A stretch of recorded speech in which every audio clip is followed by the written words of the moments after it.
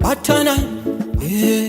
Batana, a King Tash, Boy Meta, your King Pes, Gaya, Ziani, Wekwani, Murdo Baby Munodi, Wabangani, Usaite Mafani, Ukaita Kutamba Doriko Kakani, Andina Chandina Show, Ndipe Rudo, Uyate Matamba Chikudo, Baby Chaka Kosha Rudo, Andina Chandina Show, Ndipe Rudo, Uyate Matamba Chikudo, Baby Chaka Kosha Rudo, Tamba Chikudo, Tirimu Rudo, Usama Jevesere Wapande Kodo, Amene Koko, Ngeswe Koko, Basiye Vakadaro Tichabuda Bobo, Saka Ndipe Nene Chakupam, Saka Ndide Nene Chakupam, Opa Rudo Nyasa Satani, Opa Yaveko, Tochincha Patani, Andina Chandina Show, Ndipe Rudo, Uyate Matamba Chikudo, Baby Chaka Kosha Rudo, Andina Chandina Show, Ndipe Rudo, Uyate Matamba Chikudo, Baby Chaka Kosha Rudo, Tuwirirana, Wate Kulezana, Tunakzana, Wate Kupesana, Todanana, Tuichichemezana, Samsana Msana Tichinakzana, Sakakaya,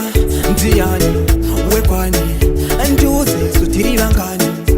Baby Usaite Mafani, Baby Kashiziva, Andina Chandina Show, Ndipe Rudo,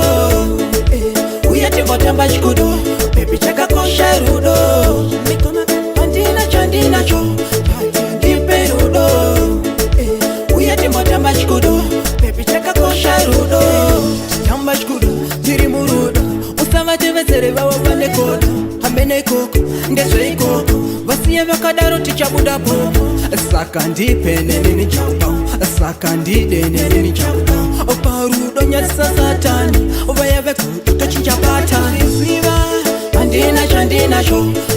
Ndipe Rudo, Uyate Matamba Chikudo, Baby Chaka Kosha Rudo, Andina Chandina Show, Ndipe Rudo, Uyate Matamba Chikudo, Baby Chaka Kosha Rudo, Tuwirirana, Kwete Kulezana, Tunakzana, Kwete Kupesana, Todanana, Tuichichemezana, Samsana Msana Tichinakzana, Sakakaya, Ndiani, Wekwani, Nduze Sutiri Langani, Baby Usaite Mafani, King Percy Production.